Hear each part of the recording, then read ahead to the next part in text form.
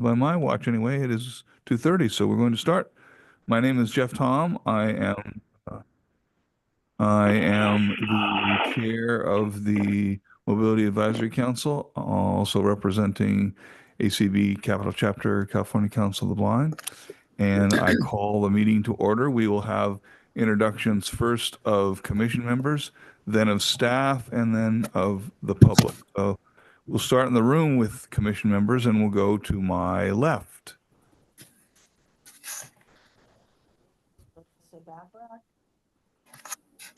Good afternoon, everybody. My name is Frank Trillo. I'm a member of the River City chapter of the National Federation of the Blind of California. My name is Helen O'Connell, and I am chair of the TCNP Committee, Training, Communications, and Policy.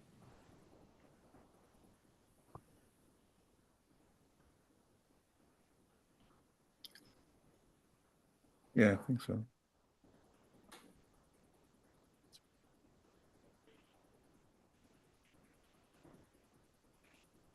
There you go. Doris Hernandez Morales, and I'm a large member. And Doris is a new member, and so let's give a round of applause for her. She's on her first meeting as a member. Thank you. Okay.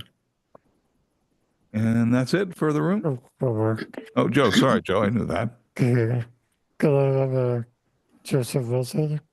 Could I have a citizen trade advocate for resources for independent living? Deliver the back.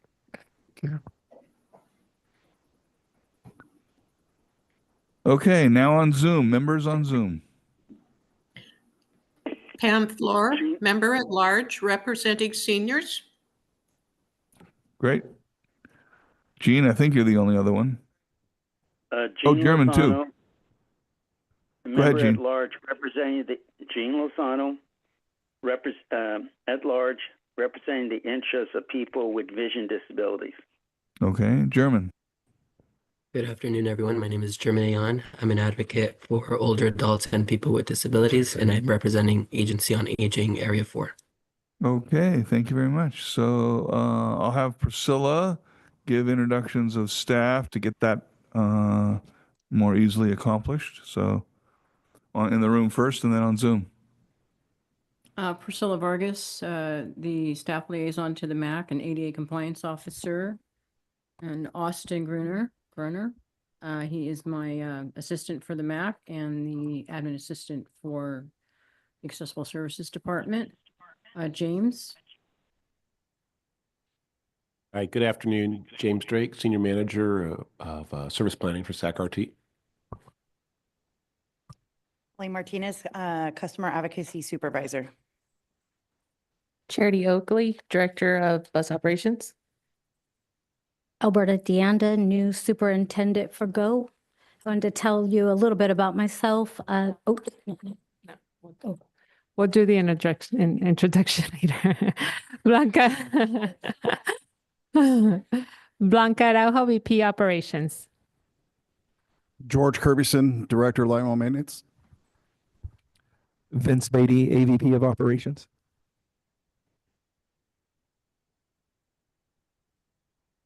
There it goes. Jamie Poole-Canterbury, Director of Customer Satisfaction.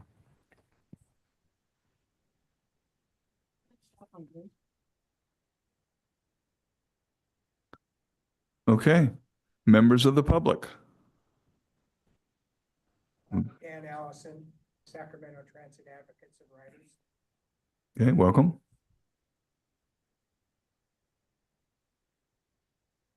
Hey, Kathy. Jackie. Hey.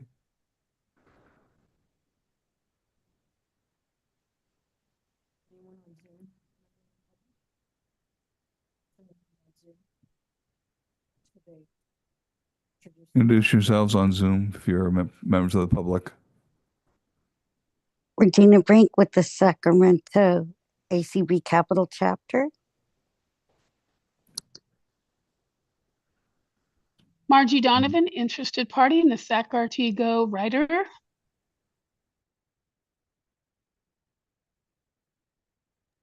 Okay, we might get more later. You never know. But thank you to everyone for attending today. Our first item will be approval of the March 20th, 2025 minutes. Do we have a motion to approve the minutes? Ellen O'Connell, motion to approve. Do we have a second? Gene seconds. So Helen moves, Jean seconds. Are there any deletions, amendments, additions, etc., that anybody would like to make to the minutes? Okay, hearing none, I will go on to a vote. All those in favor of the approval of the minutes say aye. Aye. Aye. All opposed? Abstentions? Okay, thank you. So our next item is public comment on.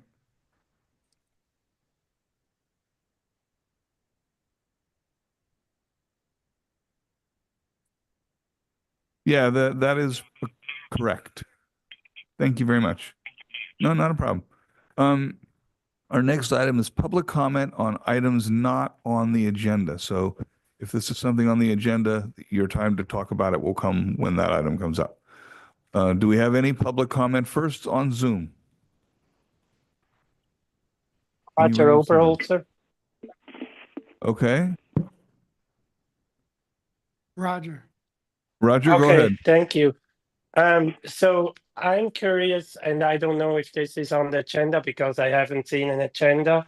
So my concern is I had some interaction with a dispatch yesterday and wanted to know who is in charge of operations now that Kathy is no longer there. And I will definitely write something up and let it get to Henry Lee and also to Blanca, but this is not like the way I was treated was not acceptable. So I'm curious who we approach now, since Kathy is no longer there. Okay, so that item will come up in terms of full SAC-RT Go, but I appreciate the comment. Thank you very much, and we'll certainly keep it in mind, Roger. Any other comments from on Zoom first? Who? Regina, go ahead. So, is this the proper place to comment on specifically the SAC-RT app and the No. notifications to drivers, or shall I wait? Yeah, let's wait on that. Just as I told Roger, let's wait till we come to that item. Thank you very Okay. much. Anyone else? This Margie, is go ahead. Margie Donovan. Thank Yes, you. Margie. I want to acknowledge Priscilla and her staff. I was pleasantly surprised and a bit shocked that I got my Braille agenda well over a week ago. Thank you, thank you, thank you. Yes, I did too, Margie. Thank you very much for mentioning that. You're welcome. All right. Anyone else now in the room? Any public comment in the room? Yes, this is Jeff Tartagia. Okay. Public comment on not on the agenda is simply number one is there is some issues with the new website that needs to be fixed. So Jeff, hold the website because that is actually good on the agenda. So hold those thoughts. Okay. Okay. Other Next up. problems. You know I bring problems to you. Yeah. I had where the scheduling apparatus for the, again, app through there said scheduling, and I actually was able to, on the 88, to get a driver. The website posted and said that there wasn't going to be, it was a bus cancellation for the 1041 bus, but I actually ended up with the bus coming. I just point that out because if you can't depend on accurate information, riders have an issue. And this is why I also use the transit app. I hope that I don't see it on the agenda, but I hope you mention about the comprehensive meeting that's in the Next Stop News on Wednesday, as well as a number of other meetings are going forth through there. And because this is public comment and not on the agenda, is also what I'll mention is next Tuesday, City Hall will be starting at 2 o'clock in the afternoon, prominently dealing with the budget. It's not RT's matters, but it is Rider matters. Thank Okay. you. Thank you very much. Let's now go on to the chair's report, and I do not. Oh, I am terribly sorry. My name is Jackie Tatro, and 3 weeks ago, I was held hostage by one of your drivers at 10 o'clock at night, all because of my service animal who looks scary.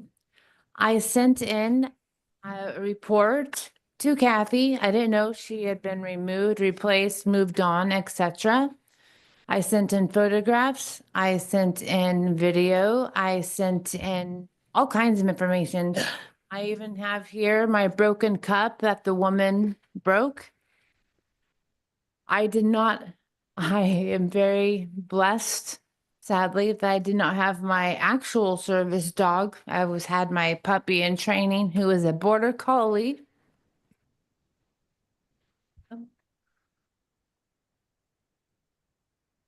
Cooper is a Staffordshire Terrier, and it's scary. And I get that some people are afraid of dogs, so I always leave grace. I sit in the back, I let them take all the time in the world they need. It's nature.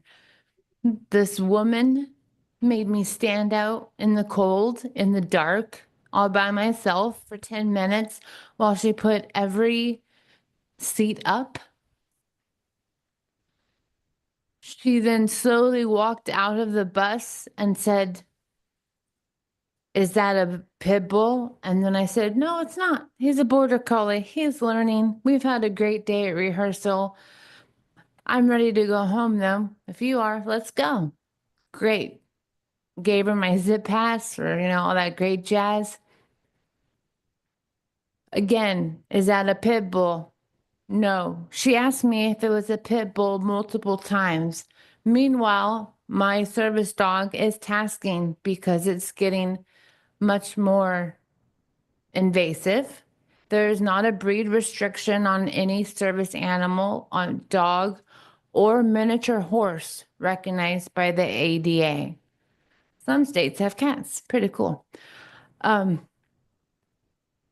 She took my photograph multiple times. She radioed dispatch, telling them to call me and have my dog under control when he was only tasking. Matt then called me to tell me to calm my dog down and so we can get going because she stayed and she refused to move. And then as we were finally getting on the way and she kept taking photographs and left the light on, I was like, "We just turn off the light, don't talk, just go on our merry way and get home. You don't have to be near my pit bull," quote unquote.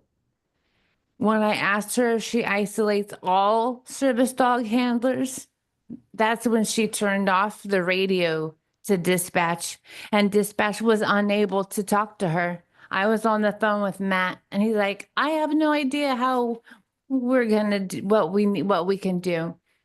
I was held hostage. And then when I finally got home, she refused to let my husband on the bus to help me because I was having a breakdown. She told him that I was staying on the bus to make her life worse or harder. It was my intention to stay on the bus.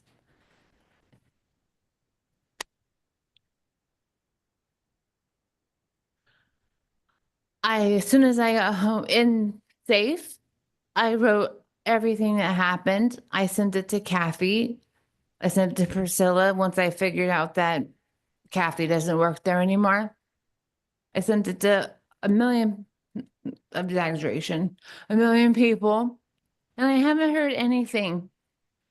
Every time I get on the bus, I'm traumatized again because I don't want to have this person again.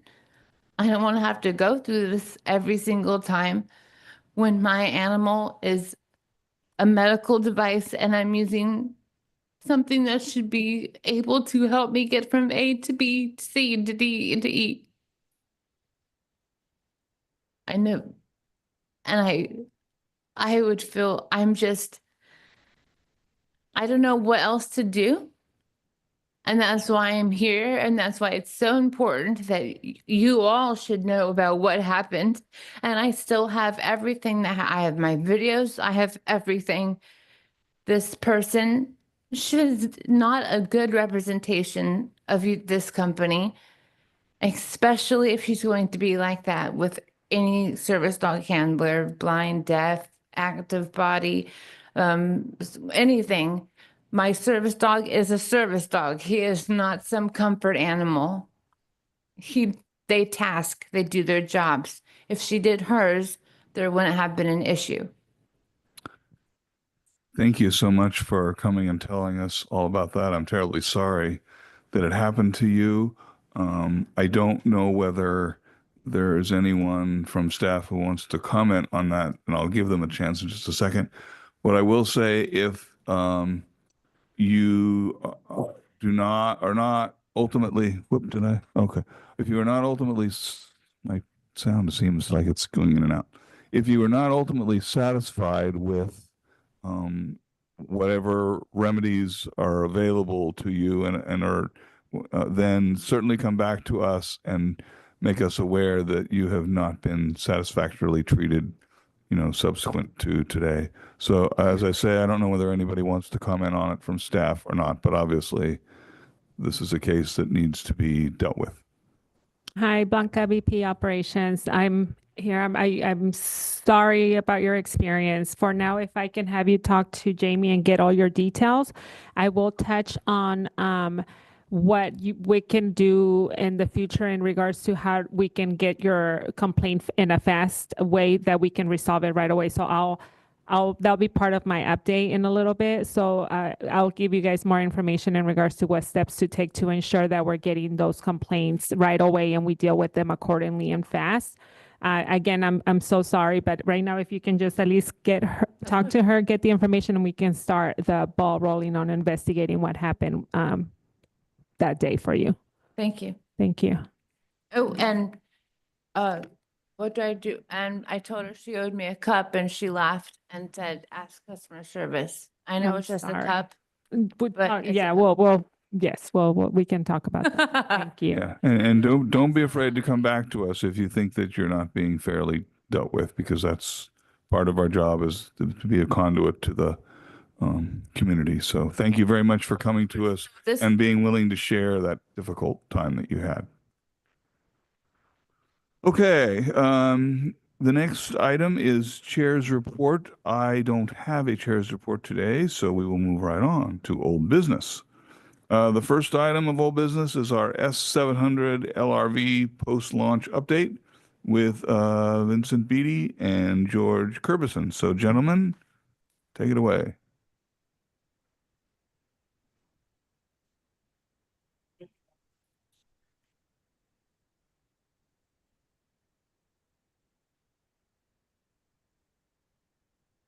Take it away. All right, well, I guess I'll take it away. Take it away. So I'm George Curbison, for those of you that don't know me. I was a superintendent, now I'm the director of light rail maintenance. We have got our Amendment 10 approved by the board, the last board meeting, that's going to address moving some sounds to get some train line updates on some sounds and to get the gong train lined as well through the trains. Amendment 11 is a critical amendment that you will be particularly interested in. That has to do with the tape switch function in the ADA area, as well as the door sequencing according to the tape switch. So that's part of Amendment 11 that'll be going before the board probably next month. And then we have a couple of other items. We have an upgraded monitor for the vehicle operators to be able to have greater vision on our side view cameras. And then we have a change to make so for the announcements inside the train, currently when it's in an automatic mode, if the operator presses the push to talk to make a manual announcement inside the passenger compartment, they have to de-access that button in order to reactivate the automatic announcements. And that's a little bit different than what our current legacy fleet is. But it has caused some disruptions in the automatic announcement system. So we're making that a momentary press to talk switch so that it won't interfere with the automatic announcement system. And that'll be coming on Amendment 11. We currently have 24 vehicles on site. We have car number 25 being delivered next Wednesday, followed by car number 26 the following week. So all of our commissioning efforts are ongoing. We have been making some adjustments to the Folsom 15 service with the S700s to try to improve the timing reliability with the signaling system out there, being crowded in that passing track area.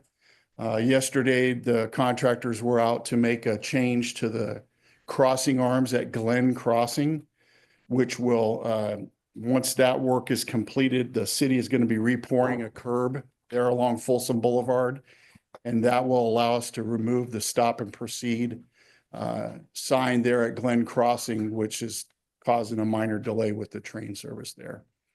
I think that's about it. About it. Yeah. Any questions?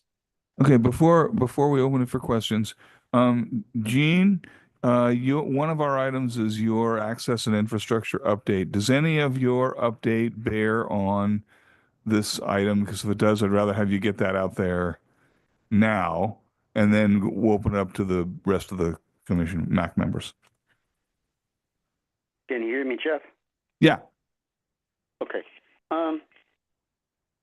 No, except for the fact that one of our items was to get an actual update on all the visual and auditory signage that is available on the vehicles.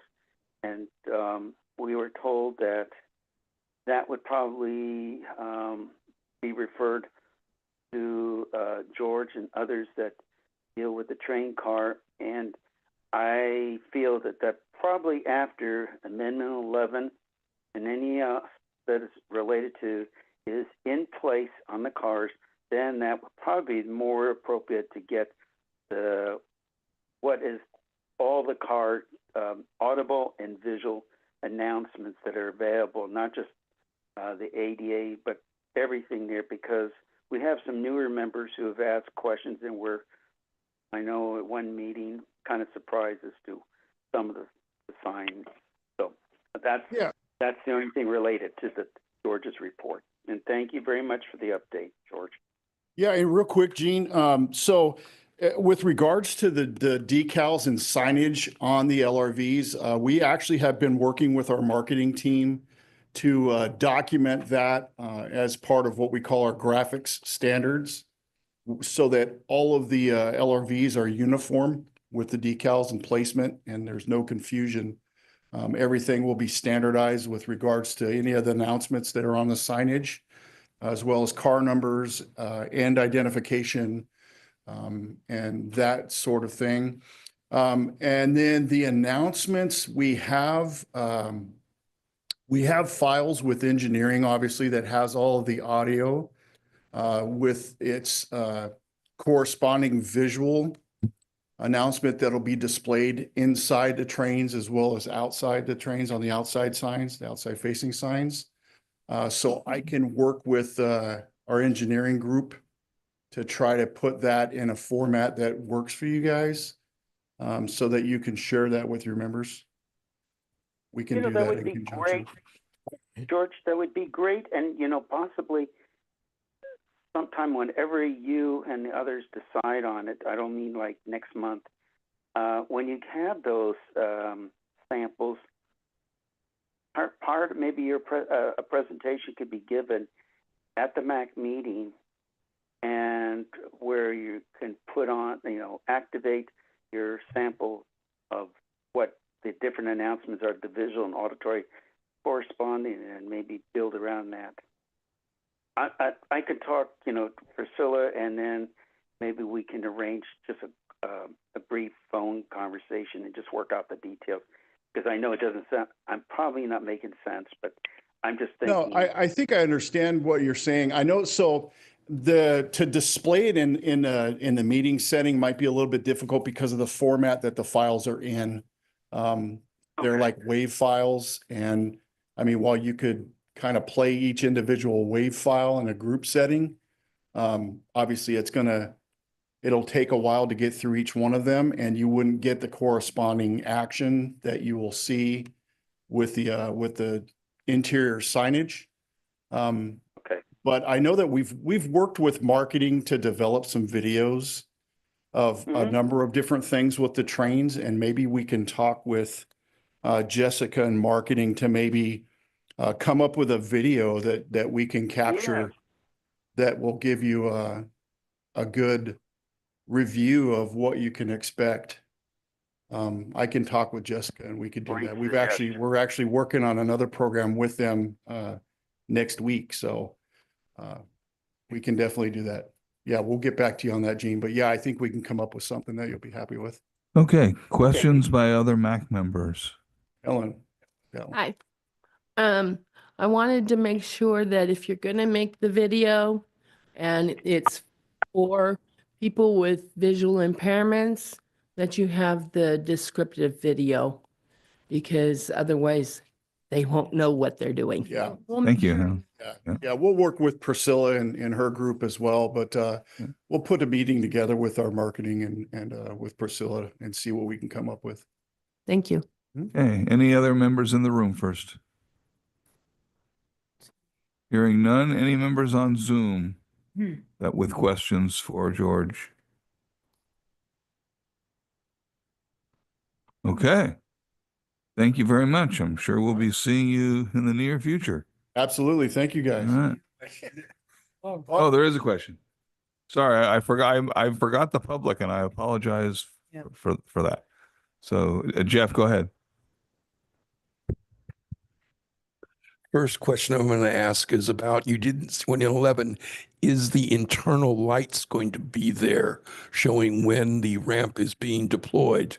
I finally found that there is a sound that does go off inside that gives you some indication, but that's my first question. And the second one will be related to confirming the signage inside, that will they be large enough to be clearly seen where it's not push, but it's press on the buttons on the inside? Or tab.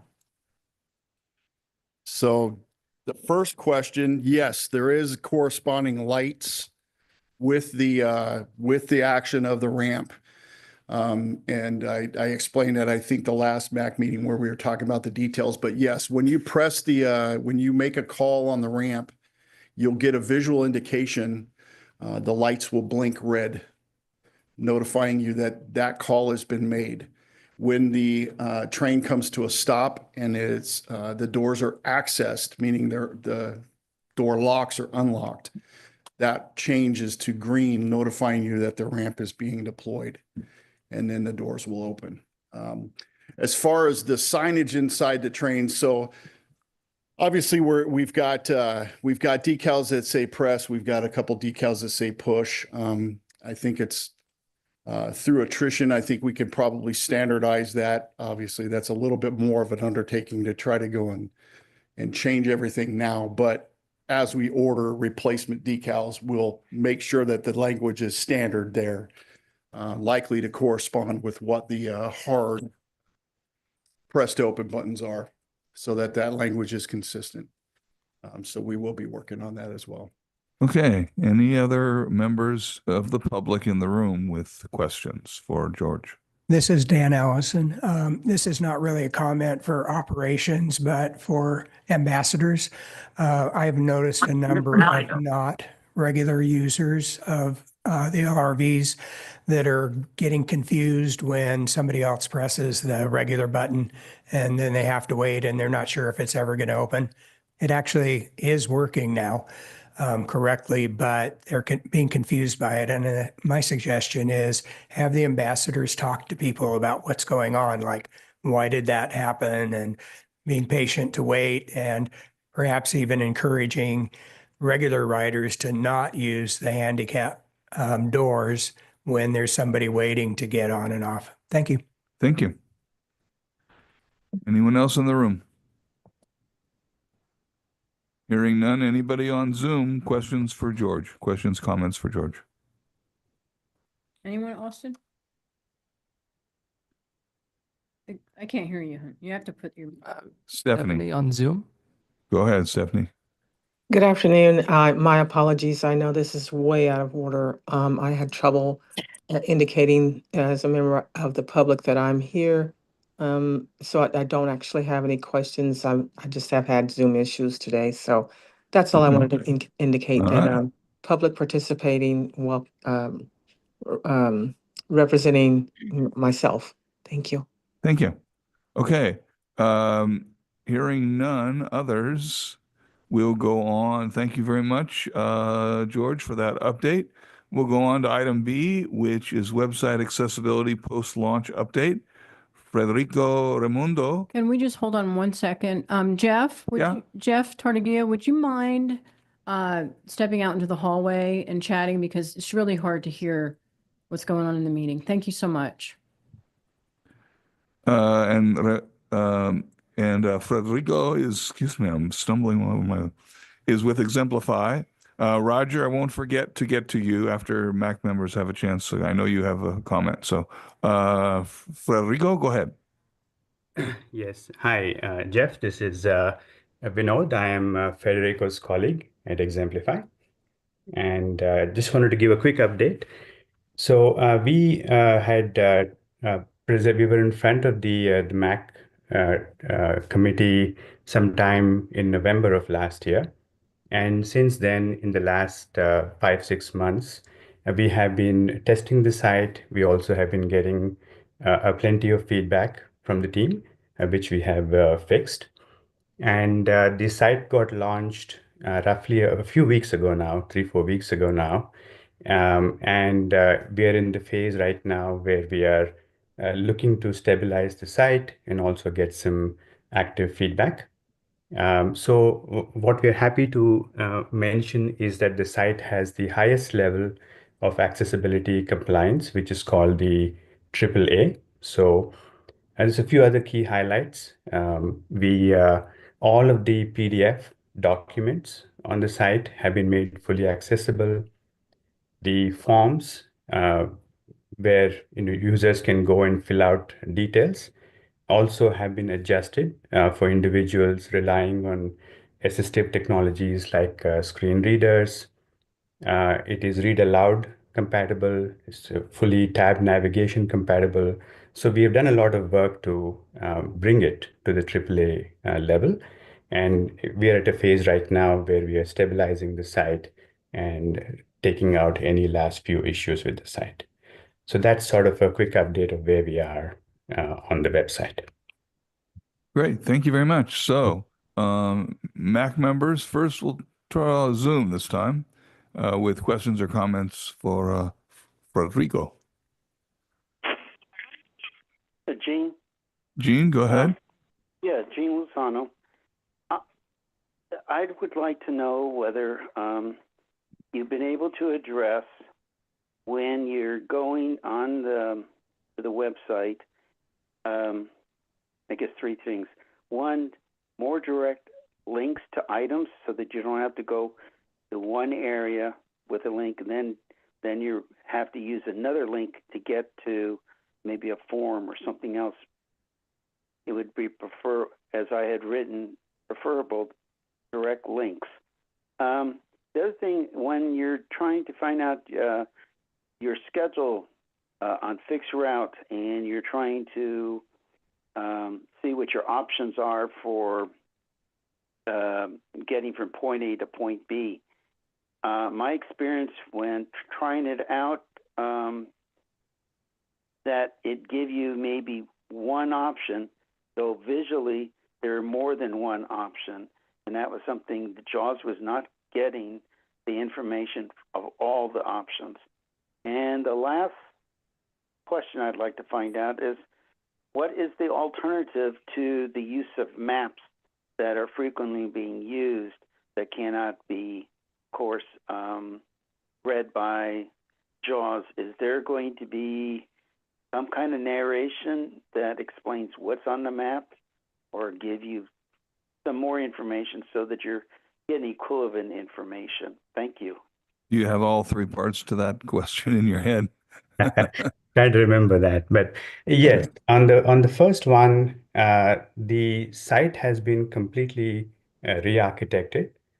So if you go to the site today, what we have done is that the most common requests that people have and the most common pages that people tend to go to have been brought to the forefront.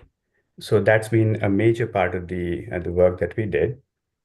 Now, regarding the second question about showing multiple routes, we have launched a new trip planner, and that's available on the homepage and also has a separate page. And what you can do is you can enter your origin and your destination, and it gives you all the multiple routes that are available along with the details therein. Now, the third part about the Excuse me, maps. sir. Yeah. As of a few weeks ago, when we were asked to provide input, JAWS was not reading all the options. You're saying We that's been received your corrected? comments on all of that. That was all shared with internal staff and Right. with our Okay. vendor. So I'm So, just asking for the reassurance that all the options are now being read out by JAWS. That's been tested. Yes, I believe so. I will confirm that, but we have been working on the feedback that we have been getting, and we have been actively working on that. Yes, but I will confirm that as well. And regarding the Google Maps, the third question and the narration, not entirely sure about that in the sense of we have done the best we can to show the maps and let the user know when they're using a screen reader that to describe the map. But a full-blown narration of the map, I will double check that and get back to you. I'm not fully aware of that yet. yeah, and I really think that we'll need to look into that further because I'm not sure, Gene, with respect to other public transit agency websites, whether or not there's even an example of that out there. And I just I'm not even sure. And Federico and Vinoy, they work on these types of projects. I know that just based on what you raised by question, that they're not familiar with that feature with other projects that they've had. So I will have to follow up on that, Gene. Okay, thank you. I just checked with the sorry. team. Go ahead. Sorry, I was going to say that the second one has been fixed. Just wanted to confirm that. The second question you raised, Gene, has been fixed. Great. Thank you. Thank you. Any other members on Zoom? Okay, hearing none. Members in the room with questions? No, I'm saying, so members of the public? No, first we're on MAC members in the room. Okay, so let's go to Zoom members of the public. Right. Well, no, actually, let's go to Roger first because he did have this specific concern. So, Roger, I'm going to recognize you first. So I'm really concerned because we got this email a few weeks ago regarding the delays and the trouble that SAC-RT Go had. But there was nothing mentioned to us that we're going to get a phone call during this transition from a 774 number alerting us of the arrival of the bus, especially when the bus is outside the window. And I'm no longer getting the text. And so I don't know why I'm no longer getting the text because I have friends that are blind. They're still getting the texts and they're getting the phone call too. But I'm getting the phone calls, but it doesn't say who's calling me. It's a 774 area code. And when I talked yesterday, I was, after I scheduled a trip, I was sent to Navi, and Navi told me that I need to talk to Alberta. And then when I asked to be transferred, Navi disconnected the phone. And then I called back and I asked that I got her again on dispatch, and they said, Navi, we got disconnected. Can I please talk to Alberta? And she said, oh, Alberta is not available. I'm going to transfer you to Sheila. And I said, I need to know who's in charge now since Kathy is no longer there. And so that's what I wanted to bring up is who do we talk to when some of these features, since you guys launched this system all at once and not incrementally for some areas, who are we talking to when things have been removed and we have not been alerted that we're going to get these phone calls? And now he told me, oh, we're working on it and we're working on it, but we're literally now a month since the app was discontinued. And these things should have been conveyed to the public that we're going to be alerted this way. So I Okay. really Your find it time is very up. important that we get an answer to this today. Yeah, we will. So that's not actually a website issue, but that's part of SACRT Go, which will be coming up. And I will ask one of our staff members to address that specific issue when we get to the SACRT Go update. Thank you very much for bringing that up. Thank you, Jeff. Okay. Thank you. Anyone else on the website on Zoom? Members of the public? Hearing none. There is someone. Okay. No. Okay. Members of the public in the room on the website. In the room. Okay, Jeff, you're up. Yeah, this is Jeff. What I'm looking at is the new website, and opening it up, it has maps and it has service alerts. View here. When you next go down from that, thank you. It shows on here that there is 19 general alerts. Right now, there's 0 on the light rail and 0 on bus cancellations. But when I go through the Android app, it only shows 4 or 5 of the 19 general alerts. Don't know what that's about. Remembering what it was before, how long it was for various things. I just bring that to your attention that you should be able to look at right now. And also when you use the next part of the app that goes back to the bus reader, the top of the screen, in the first indication, it overwrites. So you're not sure whether you're talking about a bus number or what it is on the front. It needs to be dropped down in some manner so that it will be good. It's fine for the rest of it, but the first indication has a blockage in there when you do that. But just wanted to draw to your attention as the new app, the alert app. Okay, thank you, Jeff. Do you have any answer for that, Federico?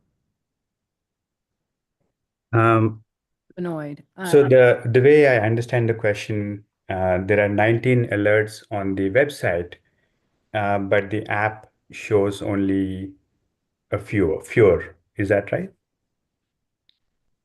And then there, of course, are usability issues in the up to the I-80 transit. That's where it stops. Can't go from there beyond. in the app. Okay, I see. The app, Jeff, is not part of the website. It's managed separately, and I don't know fully much about the app, and we have not actually been involved in that, so I wouldn't actually know how to answer that. Yeah, I think that's going to have to come more internally, Jeff, if you want to submit a request through our customer service. That would be great. Thank you. Okay. Anybody else in the room? Yes.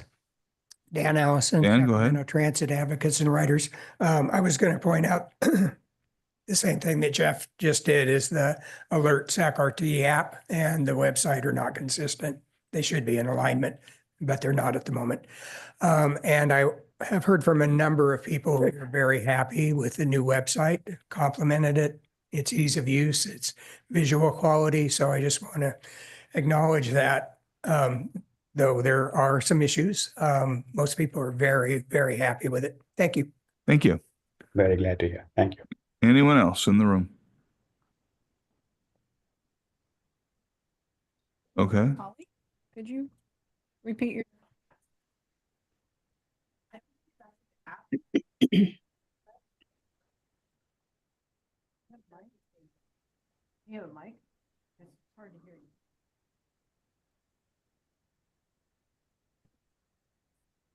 So if I'm, correct me if I'm wrong, Jeff, it's not the actual SACRT app, it's the website when we're viewing it on our phones.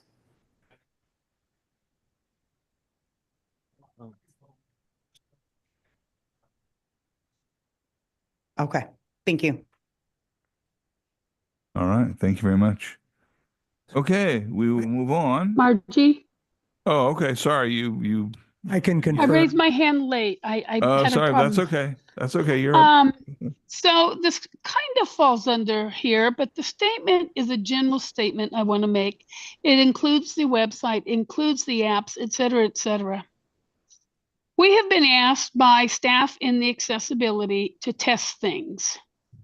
And I continuously point out that this needs to be professional testers. And I continuously point out that it needs to be 508 compliant. And the immediate response back is it is. Well, when we were recently, and this, I'm going to get to the website. When we were recently asked to test an app, that's what I got back. It's 508 compliant. What Tiffany Manosh said is several buttons weren't labeled. If several buttons aren't labeled, that is not 508 compliant. I know that RT is strapped financially. I fully understand that. But there are professional testers that go through every piece of it, and probably the closest to it we have is Tiffany, but she's not a professional tester of websites and apps. There's a whole list of them out there. I know Jean has a number of them. I just provided a lot to the city of Folsom. And I'm very concerned that staff in the RT's accessibility office continuously says it's 508 compliant when it is not. And I want to stress the need to have professional testers. They have a thorough regimen in which they go through to test apps, to test websites before it's rolled out. It's nice that we have community Margie, 30 members. seconds. Thank you. Community members that have some skills, but we're also talking testing for people who can't use their hands, who needs to use a puffer or anything. We've got to have full accessibility testing. Thank you. Thank you very much. Okay. We're now going to go on to our third old business item. We just thank Benoit and Frederico. Oh, yes. Thank you very much, both of you gentlemen, for that update. Thank you. And I'm sure we'll be seeing you again, and we're really happy to see the progress that's going on. Okay. SACRT Go scheduling and dispatching post-launch update. We have Charity Oakley, who is the director of bus operations. We have Alberta Deonda, whose title I don't know for certain. I guess it's operations manager, but it may be superintendent. I'm not quite sure. And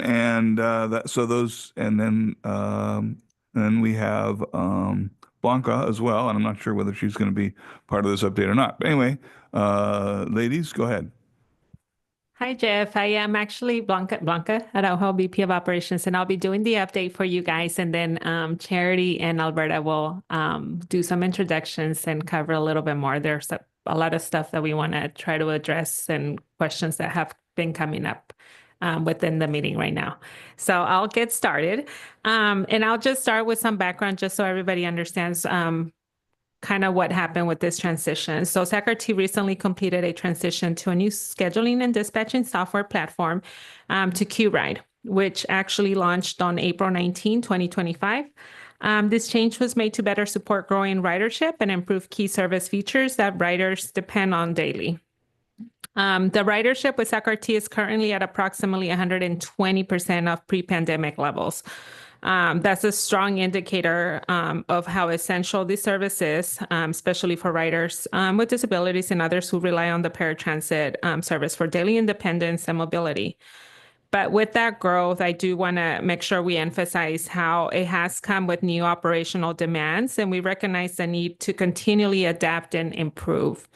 Our previous system, Ecolane, had long-standing limitations in areas like scheduling, flexibility, trip optimization, and app functionality.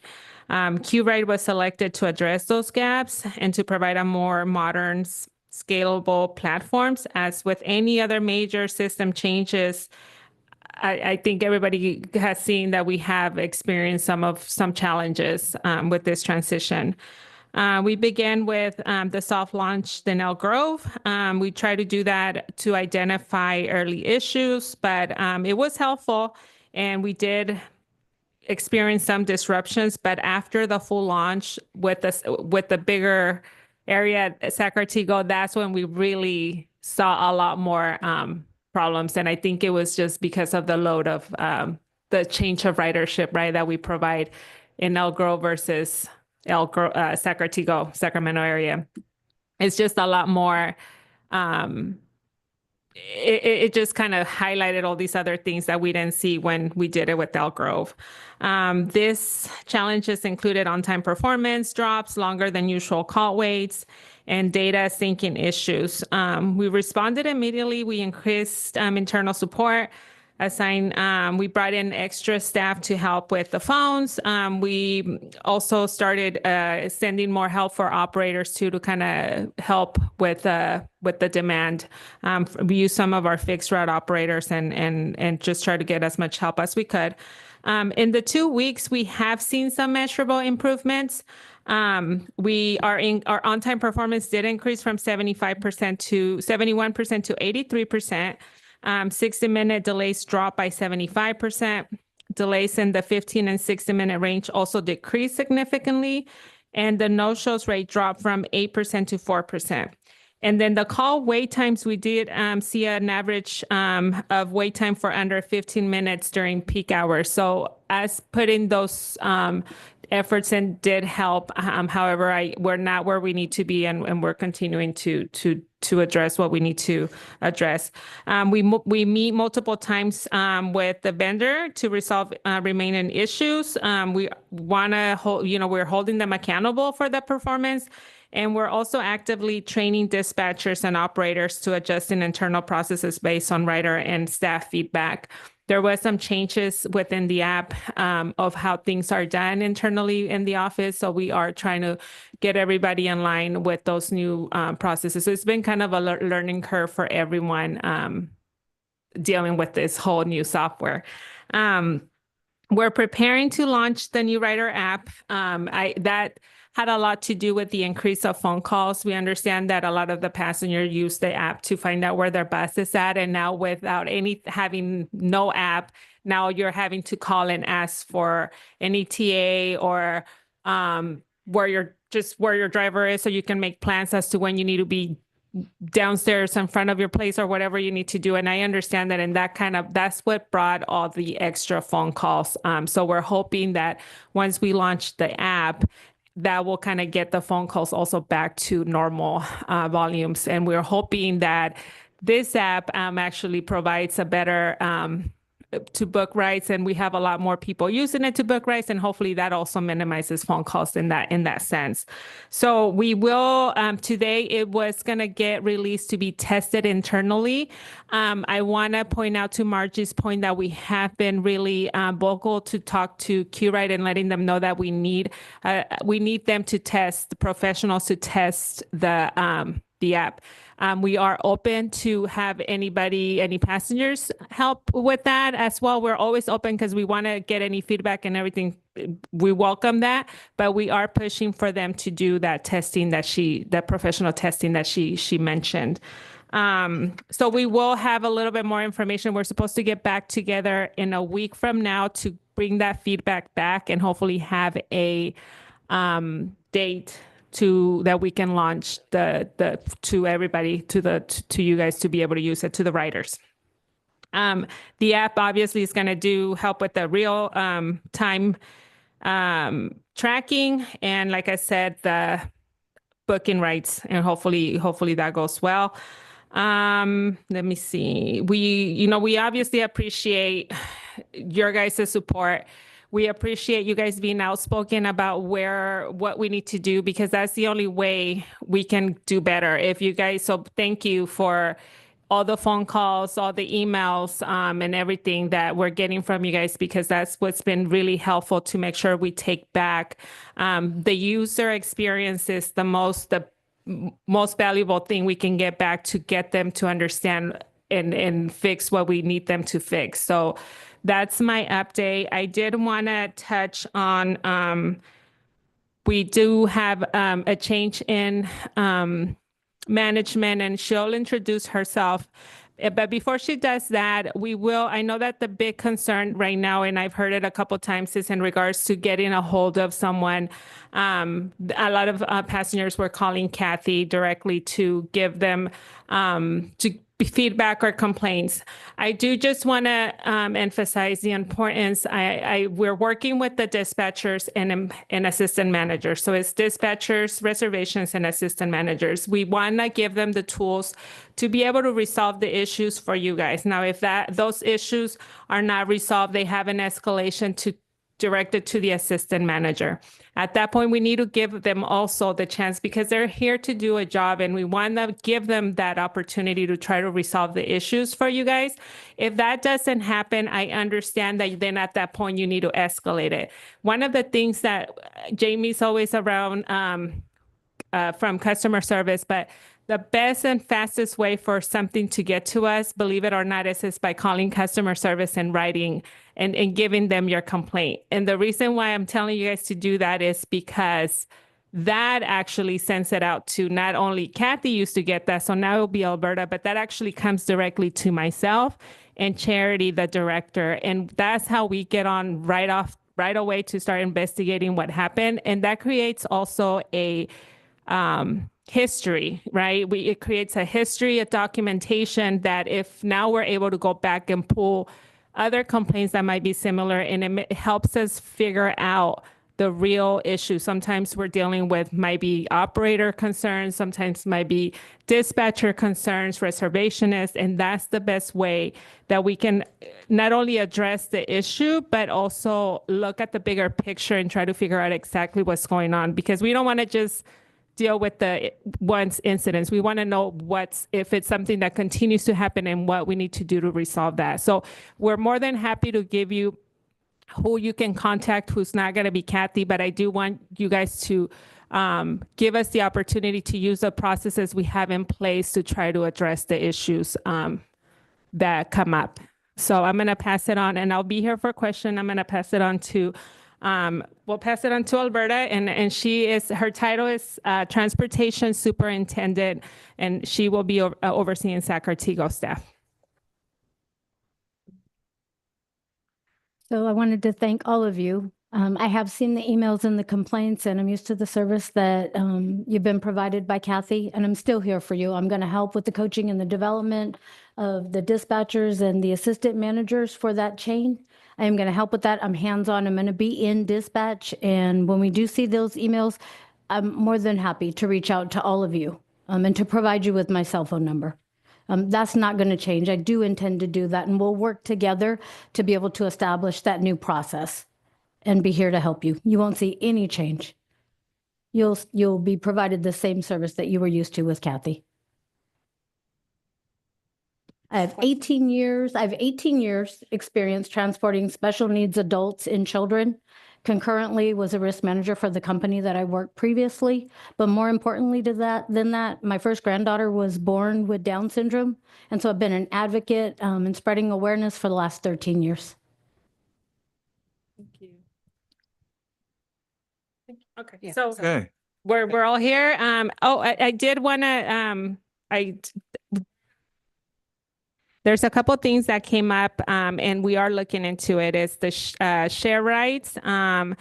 we know a lot of you guys are experiencing those. We're making sure that it's a good thing overall, but I understand that it's a change because now you're gonna kind of have to either plan ahead to build in more time to get to where you need to get to if it's an appointment or anything like that. But we will make sure that there was some concerns in regards to operators knowing drop off order, and we're working on that. We already brought that up over with QRide, and they're working on that and making sure that we're also there's a reasonable time that you're spending on the bus before you get dropped off. So we are looking into that. I did hear somebody else brought up a great point in regards to possibly us lacking some information to you guys about what was different and what to expect with the new system. You mentioned phone calls and text messages. So we can try to have, I don't know if we have if we can share, if anybody wants to share any email address, we can go ahead and start sharing some of that information and try to get more information out about any new things you can expect with this new software. I completely understand where this whole thing is just new and you're like, who's calling me? You're not answering, or you used to get texts, now you're getting phone calls. From what I understand, you get the option to do one or the other, and that can be done through reservations when you book your ride. So that's now you can do that and specify when you're booking your ride what you want, but we can definitely send that out to try to work better and get better at communicating with all of you in regards to what changes are going to be done with the new software and with the new app that's coming. Okay, so I'm going to start and I'll limit myself to one question because that's only fair. I want to talk about UServe. There have been a lot of issues. Some are specific to UServe. Others are like, double rides coming out, a bus and a UServe to the same location. And of course, one of the problems has been that the protocol has always been that, UServe, the driver has to be allowed by UServe to start the ride.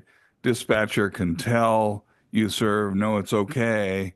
But until UServe lets the driver start the ride can't get started. So now the accommodation has been, well, don't collect a coupon or whatever so the ride can get moving. But obviously that's not a workable, or that's not a good workaround forever.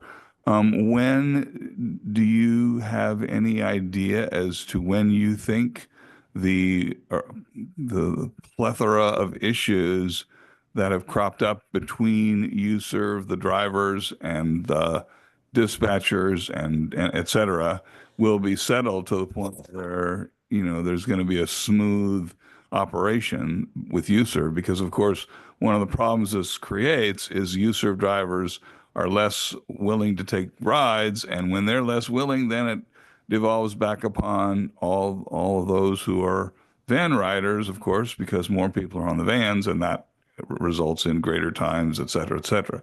So back to my question, when do you think some of these issues with UServe are going to be resolved to the point where we're going to be back to somewhat of a normal state of affairs?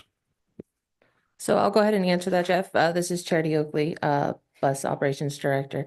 We actually met with UServe and QRide earlier today, and we have a couple of things in place, small fixes over the weekend to address those kinds of concerns. But starting Monday, that fix should be in place with UServe and QRide. So now should not see any more like duplicate trips on Zacatego and UServe. Same thing with notes getting into the UServe platform for their drivers. Okay, that's good. Those aren't the only issues. There's still issues of coupons with PCAs and other issues as well that have to be fixed. And until they are, there's still going to be more problems. So we'll go around to the left, and then we'll go into Zoom after that. And let's give everybody a chance to ask one question, and then if we have a lot of time, we'll get more. But I want to give everybody a chance. So Charles, go ahead.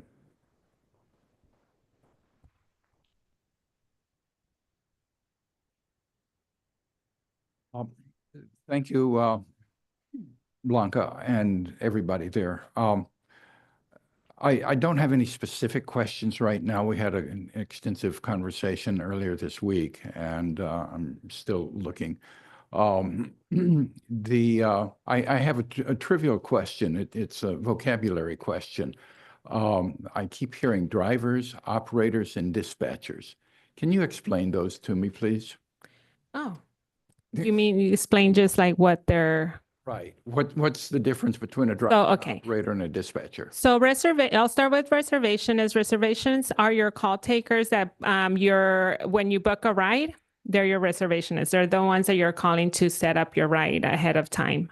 Your dispatchers are dealing strictly with the same day. So they're the ones that are monitoring your operators, making sure they're running on time and doing any changes to the same day schedule to ensure that you get picked up. More than likely, if you have a ride today, more than likely you'll be speaking with a dispatcher because they're the ones that are in direct contact with your operator. So they're the ones that can call the operator through radio and monitor and let you know where your driver's at and give you real-time information. And then when I say operators, that's your drivers that are picking you up. So yeah, I'm sorry. I expect everybody to know this term since I say it and talk about them every day. So my apologies for that. Okay, thank you. You're welcome. Okay, next. I don't know who wants to. I'm good.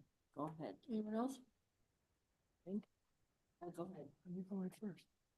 Anybody at the table going to speak? You go ahead first. I've got a lot of things I'm going to. Okay, Doris, maybe. All right, Doris is ready, so we're going to let her recognize her. Question, a couple things that for me and then other people as well, that we've noticed with this new app for SAC-RT Go is wonderful as wonderful because you can actually, they call us immediately, which is 700 or whatever it is, it's another state, but they do, which is great, wonderful. We've never had that before. So I have to say, however, there's been times when it calls and says within 15 minutes, and then they call again 15 more minutes. And so now it's a little wrong, for example. So that's one of the things. The second thing is when we give them the address, we tell them the address when they call on the phone, 2 days or a day prior, we call and we say the location and they ask, what is this, the actual, if you're doing physical therapy or whatever it is, what it's called. I'm like, okay. However, the people who drive, they have no idea. All they get is the address. And it doesn't say the location. It doesn't say, he has to figure it out. Are you referring to Go or are you referring to Go? The Go. Yeah, no, that's a common problem. She's right. Yeah, there's two things to that. We do want to emphasize for the reservation is the ones that are taking your phone calls. We're gonna do a reminder. They're supposed to ask you and add those notes to the comment section. Yeah. Stuff should have been, if anything was already there within your profile, that should have been brought over from Ecolane. So we're making sure that took place. But we're still gonna send a reinforcement reminder to everyone just to remember these things because they do make a big difference for the operator to assist them find out quicker where they're at. And that was one of the members brought that up and we took note of that right away. The other part to that is at the beginning, we did have operators that the option was there to see the notes, but they didn't know that that's the button that they had to press. So we had to go back and remind everyone, and we did like videos and we're bringing everybody in to make sure that they understood that you just have to press that button to take you to the note section. I know that the operators have always been able to see the notes. I know that the ones that were not seeing the notes for whatever reason was UServe, and that's what we took care of with this phone call this morning. That's going to take care of do the push out on Monday to fix that. You're welcome. Okay. Next in the room. Frank. Go ahead, Frank. Good afternoon, ladies. Hi, Frank. I'm a member of the River City chapter, which is blind members. And unfortunately, I'd say 99% of user riders never knock at our doors and say, since you're blind, I'll guide you out to my vehicle. And when it comes to their vehicle to drop you off, they don't guide you to the building either. So I don't know why they're not doing that. Even though they get a documentation on their phones and stuff, and it says white cane, they should automatically know that they're supposed to knock at the door, but they don't do that. And I don't know why. Also, why do they not know how to accept Zip Pass? Why aren't they helping blind members 100% when they're supposed to? So I know that right now we have been heavily focused on this whole software and the issues that have come up. However, we just had a discussion and I actually brought in Priscilla to make sure that we brought that. I know that when I came into this position, there were already been existing issues already happening with UServe and things that actually are things like you're mentioning right now. So I did bring up that we needed to focus back and trying to make sure that we don't put that to the side. And it's important that we continue to work with UServe to make sure that operators are doing what their drivers are supposed to be doing, what they're doing. I've seen some complaints in regards to them not doing door-to-door service, things like that. So Frank, thank you. We need to work on that. I acknowledge it, and we do have a lot of work in we're trying to get through this software thing, but I will make sure that we schedule something and get back into that to ensure that we continue to make that service better with UServe. I was told that there's a possibility that UServe won't be in service anymore starting next year. So their last year contract ends in February 2nd. We are getting ready to do another RFP to get more bids. So at that point, we'll have to see who puts bids in, and then we'll go through that procurement process to set up another contract. This is too early, and I couldn't tell you who's going to be now, since we might get user back, we might get other ones, and we'll make sure that we bring up the issues, and we actually worked on the RFP and make sure that we highlighted a lot of the issues that we have been seeing with UServe to make sure that those were placed in contract, and there was some accountability from whoever's providing the service that they need to make sure that they needed to provide the service that we're asking them and paying them to do, which includes door-to-door and making sure that they follow those rules. Okay, thank you, Frank. No, hold on. We're gonna let me give everybody. Hold it, Frank. I want to give everybody a chance. Why don't 85% of them don't have Artigo signs on their vehicles? Okay. Frank, we want to give everybody a chance. See, we'll come back to you. Okay. Anybody else in the room? Don't have the signs. Helen. Helen, go ahead. Hi. I'm very happy that you've made some adjustments to the new Artigo app. It helps me to know when my bus is coming, and that was just recently put in. Although I really appreciated the part of the old app where I could look at my map and find out exactly where that bus was, so I could track him. And if the bus was going to deviate from where he was to where I am, like happened a few times, I could call in and say, hey, my bus was 5 minutes away. Where is he going? Okay. So that's a very important issue for me. Okay. For to be able to say, okay, my bus is 5 minutes away. I'll stay by the door. My bus is 15 minutes away. I can go to the bathroom. It's also a safety issue, because if I don't know where the bus is, I panic. I don't know where he's at. He's an hour late, an hour and a half late, 2 hours, 2.5 hours. If I don't know where that bus is, my anxiety goes through the roof. So that is part of what you'll be able to do through the new app. So you'll be able to track it real time and do the same thing that you were used to with Ecolane in that sense. Thank you very much. Okay. Anyone else in the room, MAC members? Yeah, Melissa, go ahead.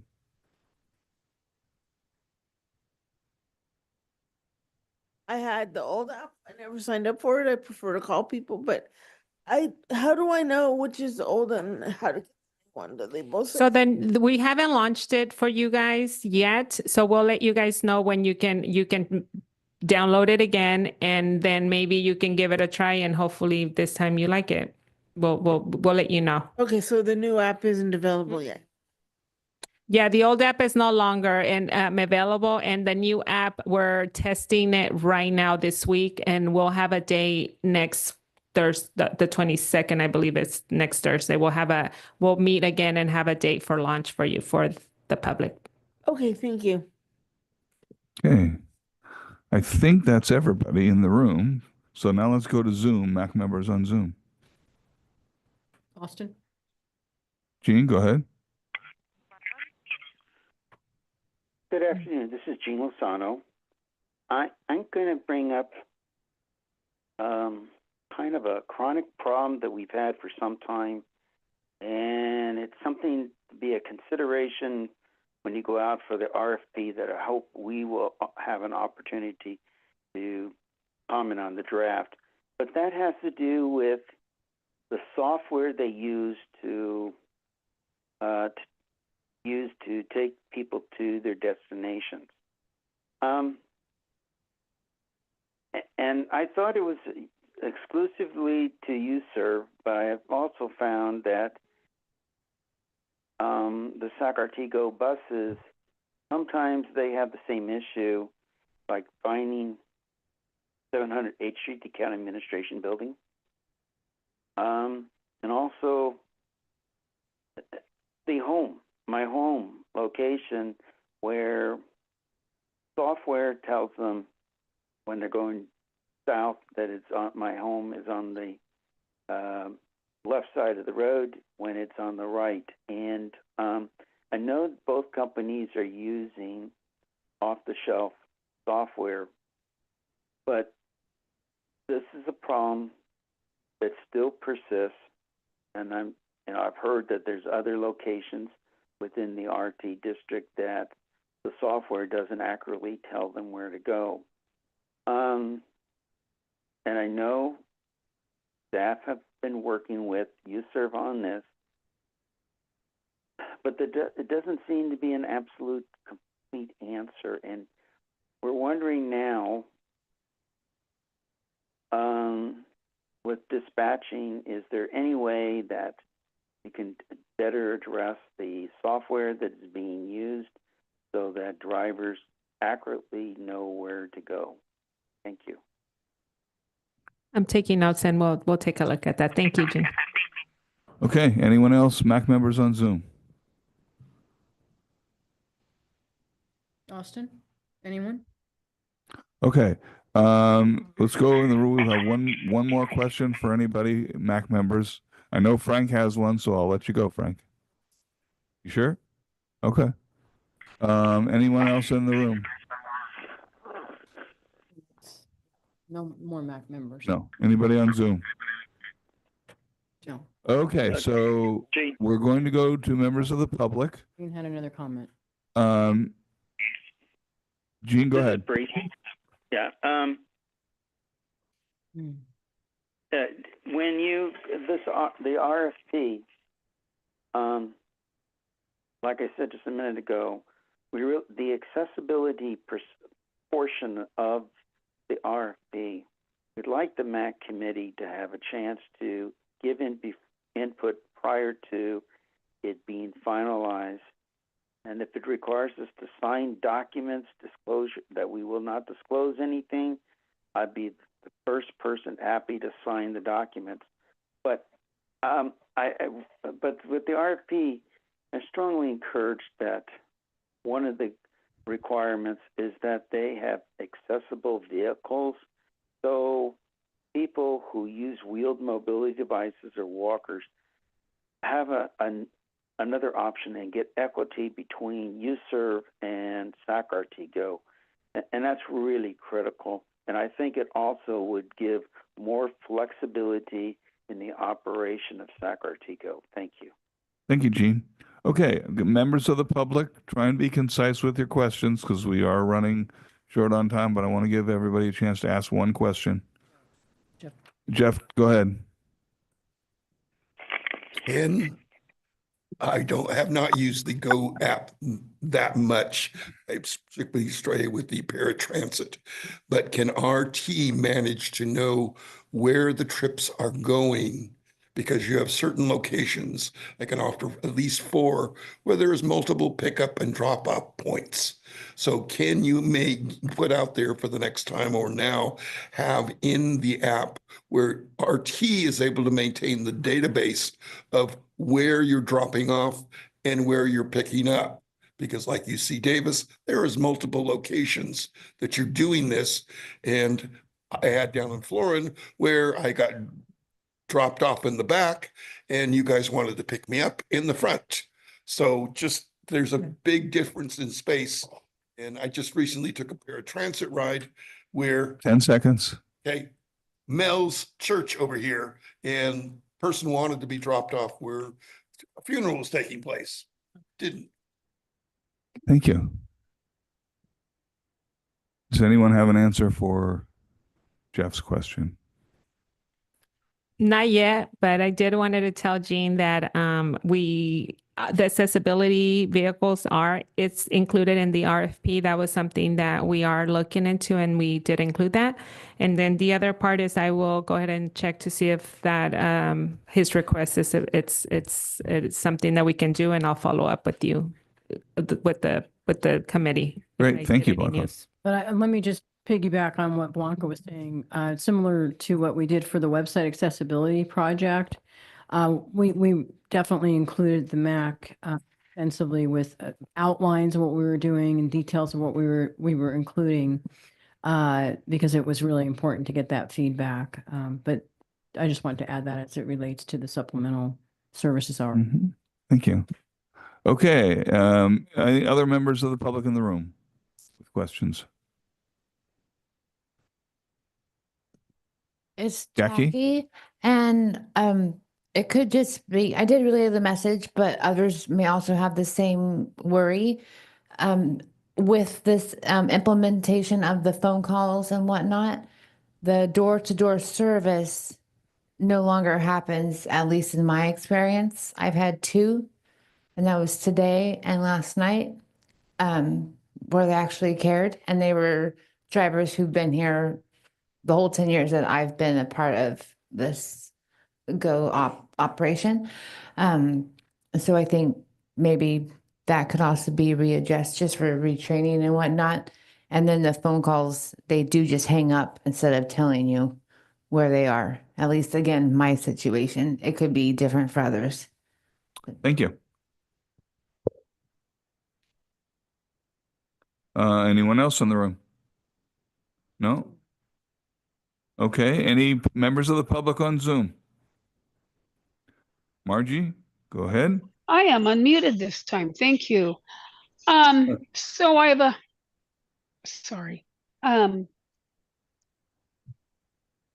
those of you that reviewed my application when I served on the MAC prior to my traumatic brain injury knows that I consulted with transit agencies for about 30 years in the Bay Area as a paid consultant.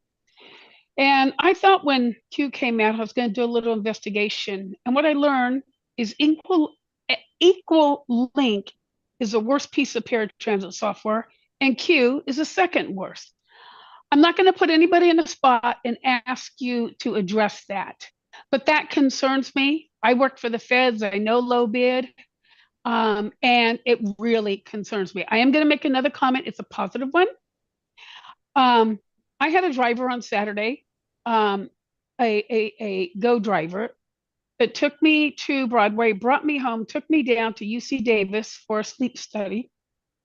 And I want to remind all of us, as this is very difficult, these changes, and we're left and we're stranded, it is so important that we write commendations. I came home from my sleep study and Sunday afternoon, I wrote the driver ping up. He was phenomenal.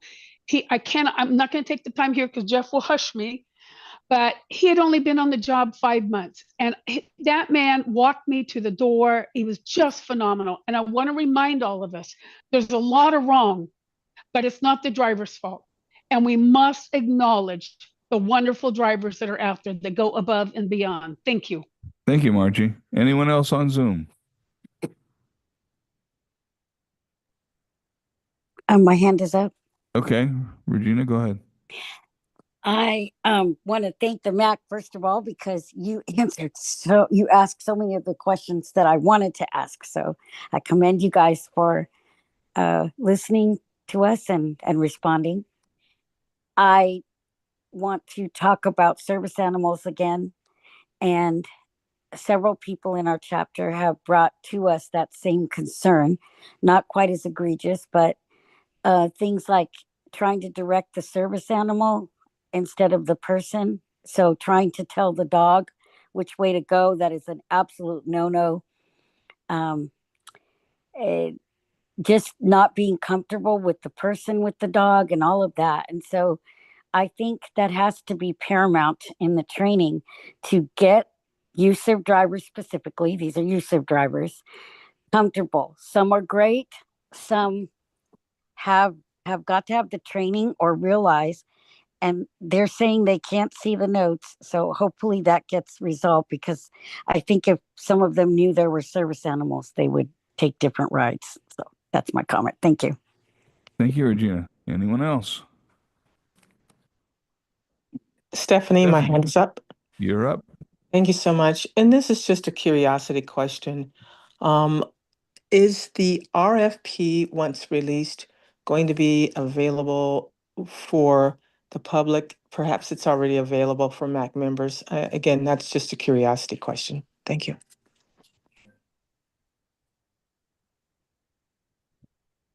I know that it's released for on Planet, what we call Planet Bits, where they're able to come in and look at contracts that are out for proposals, but I'm not sure if anybody can access that. So I can't really answer that question. I'm not really 100% sure. And that's fine. Is it possible to verify that and maybe release an email or something so that the public can know? I'm not familiar with the Planet platform. Yeah, are you able to maybe drop an email address on the chat and we can okay, we can respond to you once I get that information. And I would really like it if it can be the way Austin sends things to those of us here in the public, maybe Yes. just so everybody sees it. And that's all I'm saying. It'd be great to see that RFP. Thank you so much. You're And you welcome. guys are doing a great job. Thank you so much. Thank you, Stephanie. you. You're welcome. All right. Anyone else on Zoom? Okay. I want to one more time for MAC members. Are there any last questions that you want to ask? Excuse me. In the room or on Zoom? Gene, Yeah, Gene, go ahead. to follow up on Stephanie's inquiry, I think the RFP, it is a public document, and that would think that that should be out there in the public arena and the internet, because if it's just walk in, you're not going to, you have your transit contacts, but sometimes people are from the public have some contacts with other transit operators that might be interested in proposing something that are elsewhere in the country, and the public may end up helping you getting the word spread, not just limited to the internal transit industry. But Thank you, Gene. We'll follow up on that as well. Okay, let's move on now to the accessible format draft, which is for Priscilla. Are we good? Are we good? Yes, and thank you very much for all of that information that you. you brought to us, all of you. Okay, well, certainly in light of the time, and I'm really glad I sent to our MAC members the final draft policy that I developed. I don't know whether you were going to put it up or not, Austin, because all I see is the interpreter. So here it is. I don't see it. I received an edit from, 2 edits from Jean. I haven't received anything from any other members, and I know it was short notice, so I don't expect that you did any speed reading to get that done before our meeting today, but it is a pretty short piece. This policy is actually the title of it is, bear with me, the notice under the Americans with Disabilities Act, Effective Communication.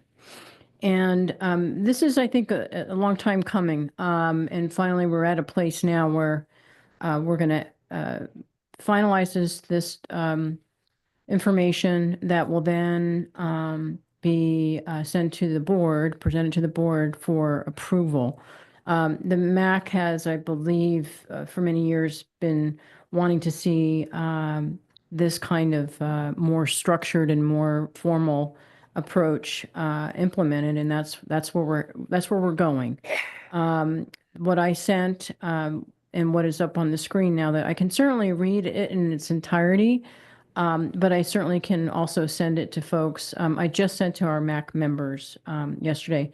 What would the chair be What doing? was the date that you hope to send this to the board? Oh, I don't have a specific date. So what if we took any edits in the next few days and then circulated it on next agenda and adopted it? Do people have a problem with finally adopting or finally agree?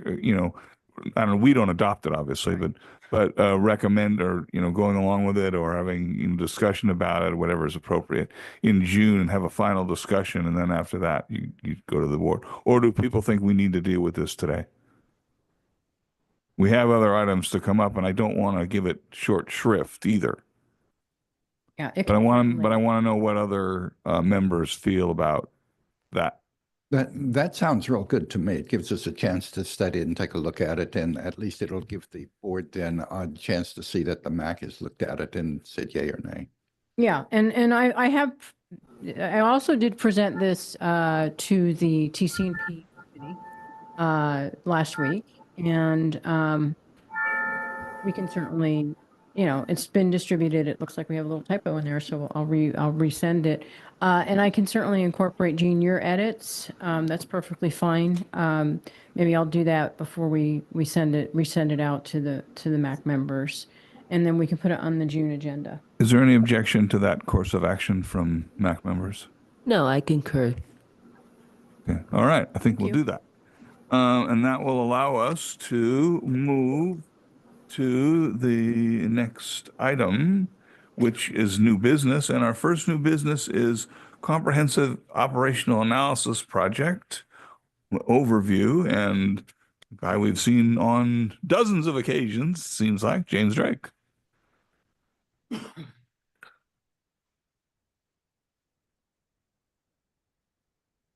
Hey, good afternoon. Good afternoon, members of the MAC. Good to see everyone again. James Drake, Senior Manager of Service Planning for RT. Here today to talk about comprehensive operational analysis. I'm seeing both slides on there. We can, why don't we go ahead and go to slide number 2, Austin, go ahead. So just a brief overview of the project scope. The comprehensive operational analysis, or COA, is basically a short-range plan update and a long-range plan update rolled into one. The short-range plan update, officially has a horizon of 0 to 5 years. Really, the focus is kind of on the first year or two.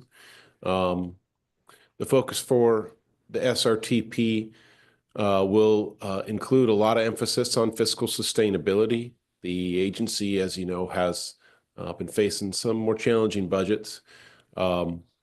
We have the good fortune right now of some one-time money from the state in the form of SB 125, which has helped fill what would have otherwise been a hole or deficit in the operating budget. And we do have some options. RT has gotten in a lot better fiscal health over the last 10 years. We have cash reserves.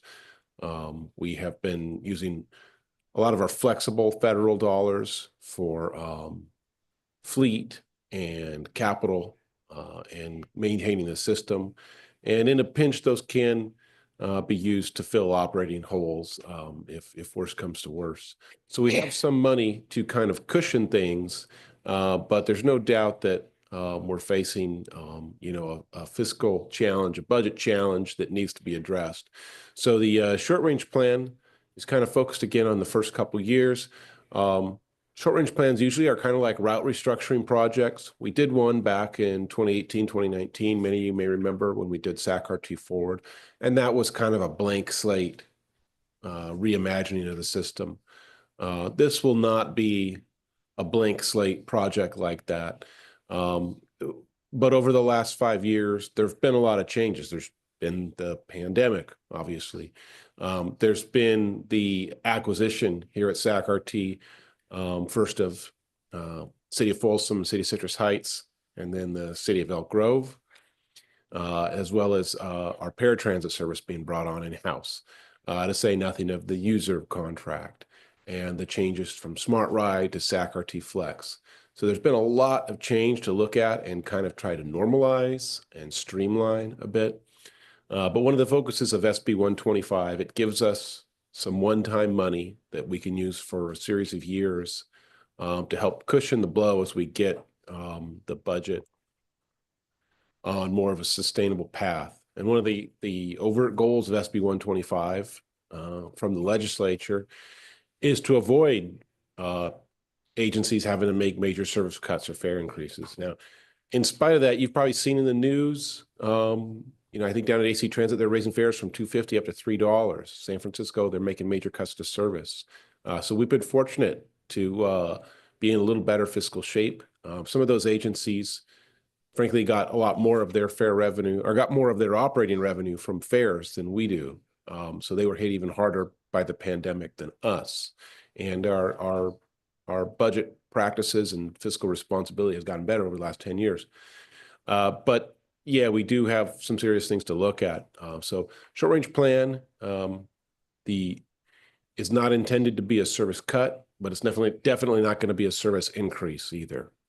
It's going to be a minor to moderate restructuring, trying to do more with what we have, and in the process, trying to find ways to take what we're doing now and do it more efficiently. Get more out of the system, make it more efficient. Changing gears over to the long range plan. The last time RT updated its long range plan was, I think, back when President was Barack Obama. Back when I could still consider myself a young planner. The long-range plan hasn't been updated in quite some time. And since that long-range plan, I mean, a ton has changed. But there have been two separate attempts at getting a new local funding measure, one of which came up just a little bit short, less than 1% from succeeding. Another one didn't fare quite as well.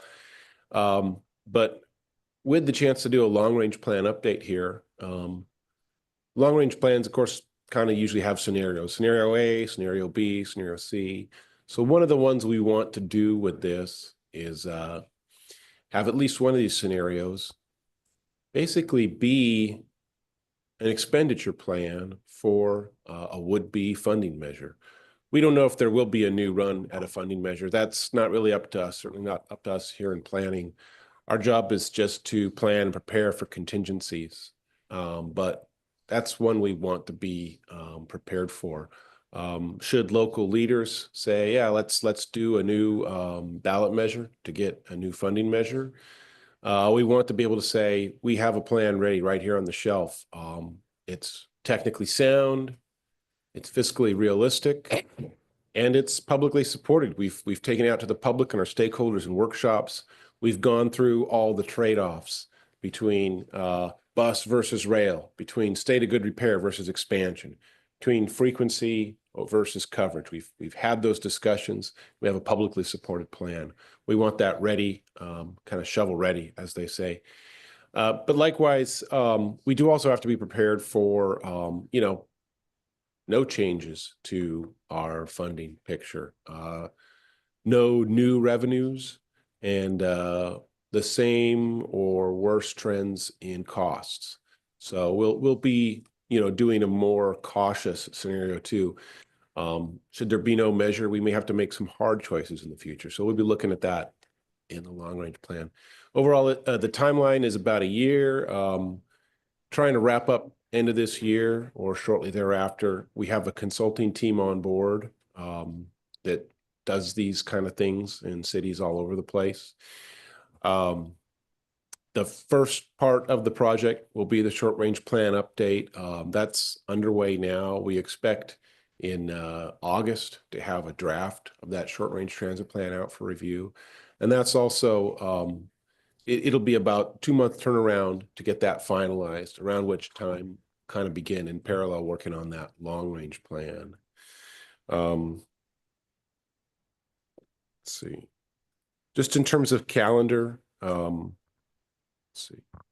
We have not yet had our first major public webinar on this, but we're looking for early June to kind of have a webinar for the general public, just to give them an overall description of this project.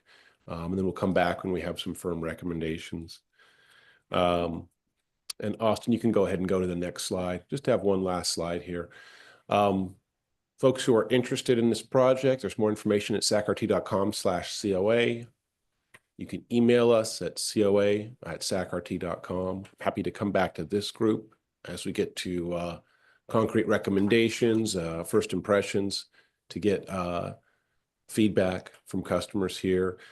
If you'd like a presentation specifically to your group, please let me know. Be happy to come and talk about the project in the early stages like now, or when we get more to the workshop stages, rolling out maps and talk about concrete proposals.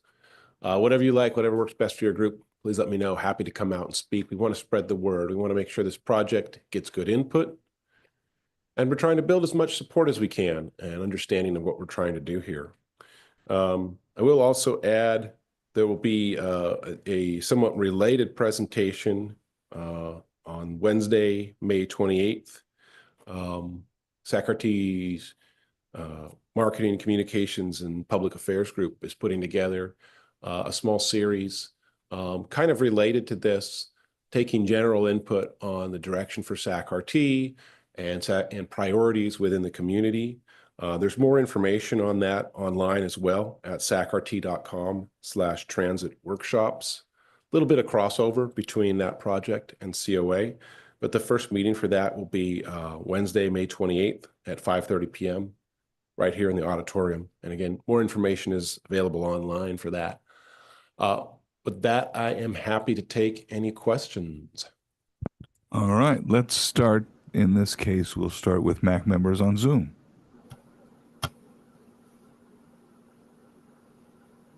Any hands raised?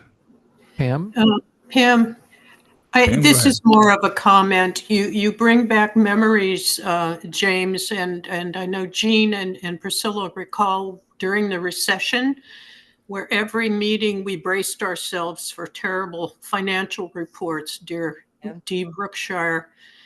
And the hardest vote that we ever took as a council was whether to raise fare or cut service, knowing the consequences to people with disabilities and seniors for both of those were bad options. And I do hope we're not facing that dire of a situation this time again. But SAC-RT made it through and has been able to grow from that. So we will face whatever it is. Thank you, James. Thank you, Pam. Anyone else on Zoom?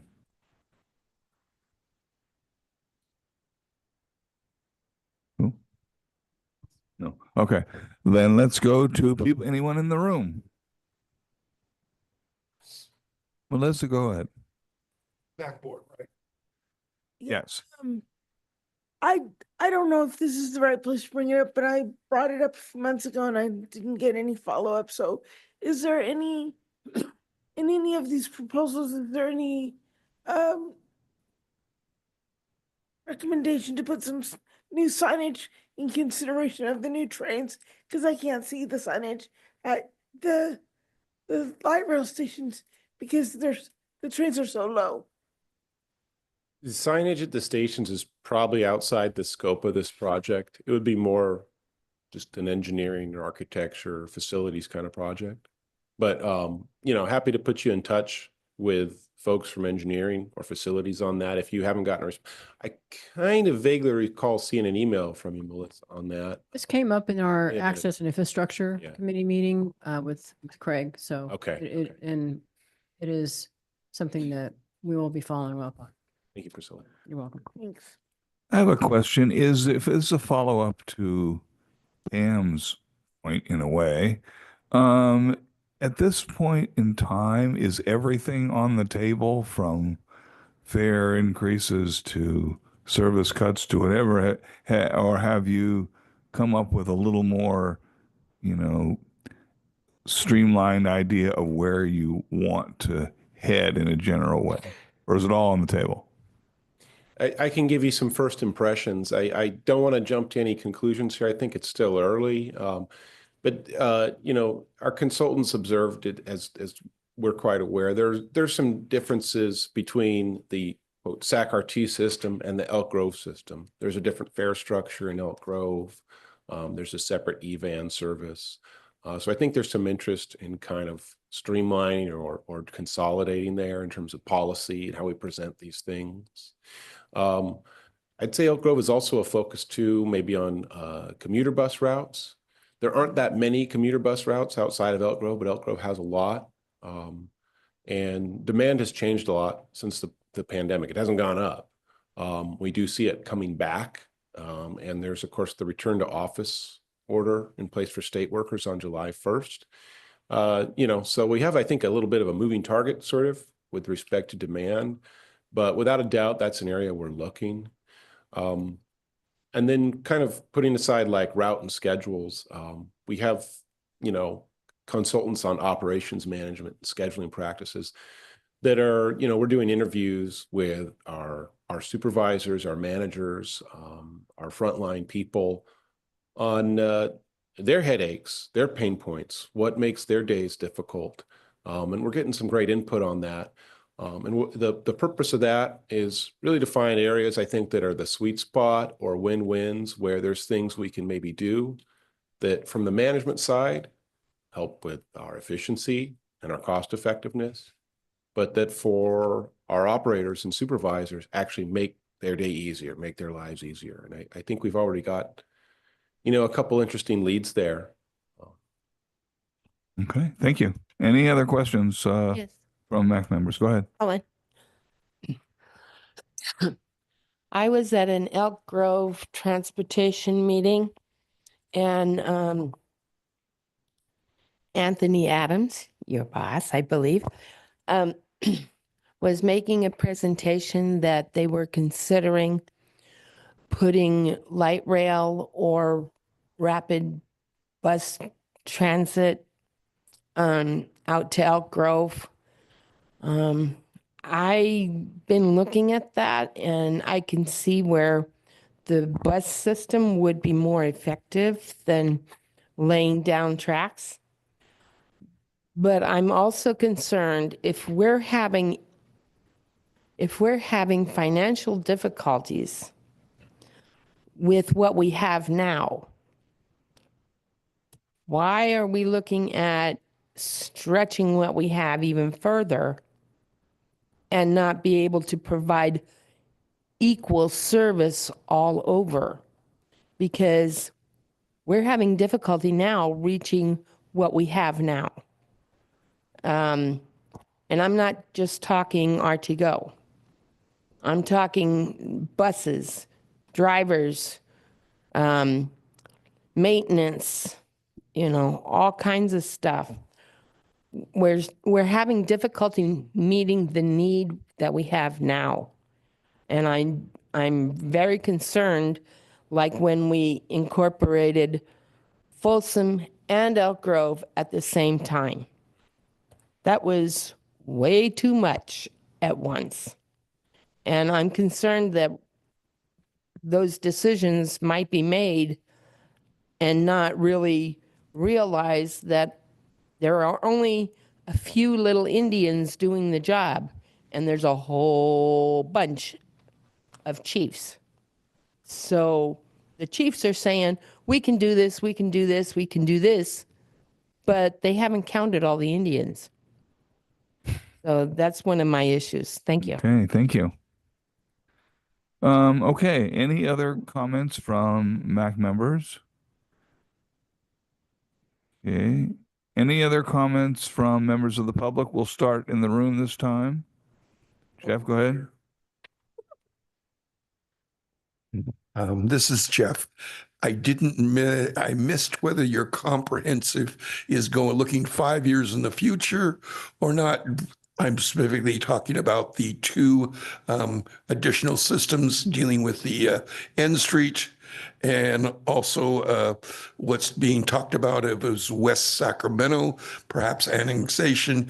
Is that going to be comprehensively in this study, or is it not? I didn't see or anything indication of that. And how comprehensive, because right now you have less than 10 to 15 riders, I believe, most of the time on most buses. And the 8 o'clock to 10 o'clock session is one time, and the 3 to 6 o'clock is another time, and in between. So again, trying to get a feel of how comprehensive are you actually, Drake, going to be getting into? Okay, thank you. James, do you have any response to that? Sure. I might kind of tie in Helen's comment as well. You know, with Elk Grove, there's a potential light rail and BRT project. And there's, I think, one really key variable that needs to be kept in mind is not only is the city, which is one of our member jurisdictions, very favorable to the project, but I think they have expressed some interest in or willingness to, you know, provide funds for it, additional funds on top of SACRT's normal funds. Likewise, in West Sacramento, there's a streetcar project and there's local funds. There's a tax for that. Now, West Sacramento is not one of our member jurisdictions, but we do consider them a partner. We have staff from West Sacramento in our technical advisory committee, as well as staff from the OLO bus.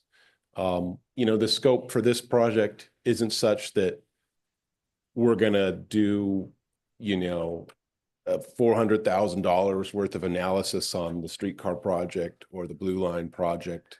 But it is the kind of thing where we bring in consultants whose specialty is looking at your network overall, and looking really at service design and how it all works together.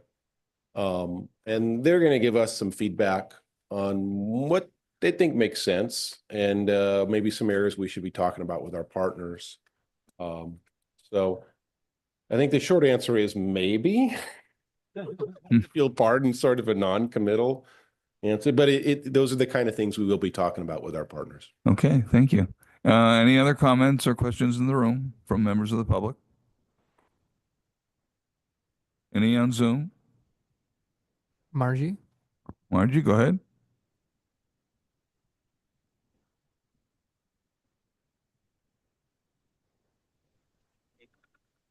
I am here. I just have a comment. I really want to acknowledge Blanca. I deeply appreciate your frankness, your honesty, your recognition of the problems, not trying to cover them up, and your willingness to work with us. And I would extend that to the whole GO team, but I have worked very closely with Blanca. I want to include Charity and others. And just it's a breath of fresh air. And I just wanted to acknowledge that. Thank you. Excellent comment. Thank you, Margie. I think we don't give positive comments near enough time. So thank you. Any other comments or questions from the public? No. All right, then we're going to thank James again for an excellent update, and I'm sure we'll be talking down the road on this item. Thank you. So we're now on our final business item, and that is an Access and Infrastructure Committee update from Gene. Okay. Since we're over time, we had a meeting, the committee met on April 15th. Our first action was the approval of our minutes from the year before. And the second item was the election of a vice chair, which is Joseph Wilson of Resources for Independent Living. Greg Norman, Director of Engineering and Construction, met with us and went over the basic design, the architectural designs of the Dos Rios station that's under construction. Just very briefly, it is going to be located at the northeast corner of North 12th Street and Sunbeam Avenue. The approaches to the station will be single track, but the actual station tracks will be double tracked. There will be a platform on either side of the tracks. The west inbound platform will be separated from the street traffic by the use of a handrail, concrete barriers, and drainage. On the east side, the outbound, that will be separated with from the rest of the property adjacent to it with a decorative fence that will eventually connect into a chain link fence. The station is scheduled to be completed by 2026. It is part of the Blue Line. The platforms, because it's a newer design, will be able to accommodate 3-car trains. So that station will not have to be revisited and work being done. We learned that phase 3 was to be concluded by the beginning of this month, which was to have all the Blue Line stations to have double platforms to accommodate 2-car trains. The next phase will be for the Blue Line to get the those that do not have the capability to do 3 cars. The remaining Blue Lines will then be revisited and their platforms be extended so they accommodate 3-car trains, and that is expected to be completed by 2027. The Gold Line, in the meantime, work is being done or will be done to eventually have every location to be able to, every station to accommodate a 3-car train, and that's targeted for completion in late 2029.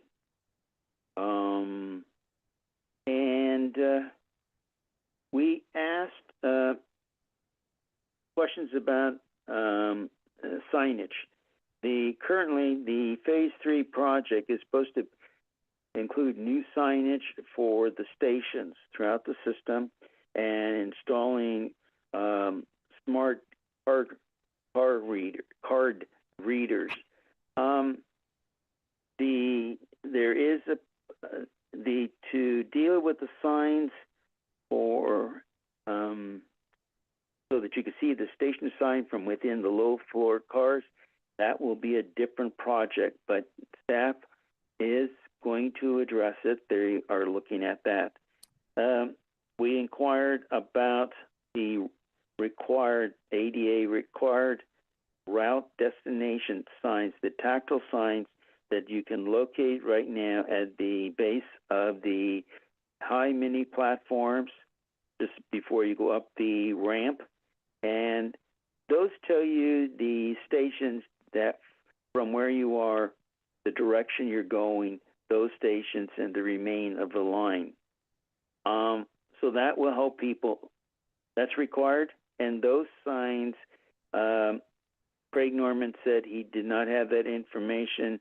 He would investigate and tell Priscilla what information that they have about installing those signs on the mini high platforms. Pardon me, scratch that, on the low floor platforms, so that people who need and wish that information tactily will have that. And of course, there is the equivalent visual signage. Gene, can you wrap it up in about one more minute since we're right about at 4:30? Yes. Or hold off on whatever you want till next time. No. Either way. No, what I'm going to say is there were a lot of signage things brought up, but Craig Norman said he was not he's not qualified to talk about it. That will be integrated into other presentations the full MAC will get, as we talked to George earlier today. And that wraps up our report. Thank you. Great. Thank you very much. Do we have any announcements or requests for items not on the agenda from MAC members before we adjourn? In Zoom or in the room? I do. Go ahead, Tom. I was at the MAC board meeting. I mean, the RT board meeting. I get them all mixed up nowadays. And they went over financial stuff, and they had like a 2-page summary. I was supposed to get one. I don't know where it went. I didn't get one. So if someone could send me a hard copy, I'd appreciate it. Okay, I'm sure we can work on that. Thank you very much. Anyone else? Like announcement. All right. Do we have a motion to it? Oh, was there somebody? Jeff Tardikia. No, I'm not gonna. We don't have time for public comment. It's already after 4:30. So I'm sorry, Jeff. In this case, It's typical. Jane moves for I move that adjournment. You go. I move that we adjourn. Second. Third. yeah, Gene did, but that's Aye. okay. Doesn't matter. All those in favor? Aye. Aye. All opposed? Aye. Abstentions? James, could you stop by here before you leave? Thanks.